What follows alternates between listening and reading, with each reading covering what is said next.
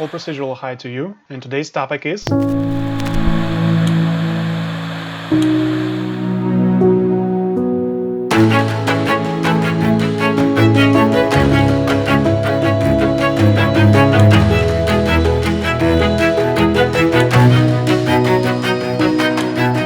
Let's start. First of all, let's do a dissolve over y-axis. You can use local or world coordinates.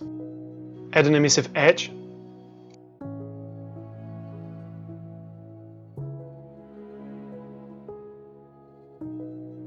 We'll use TRIPLANAR noise to offset the values. It's almost finished now, but there are still things we can add.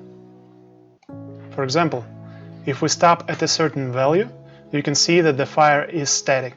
But if we animate an offset, it gets much better. Right now the fire looks flat because it follows the shape quite closely. We can make it look more volumetric by pushing out the vertices.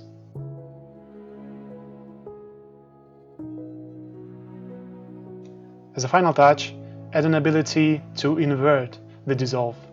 It will help you to morph things into other things. And this gives us the final effect. I hope you've enjoyed the video. If you want to see more content like this, please subscribe.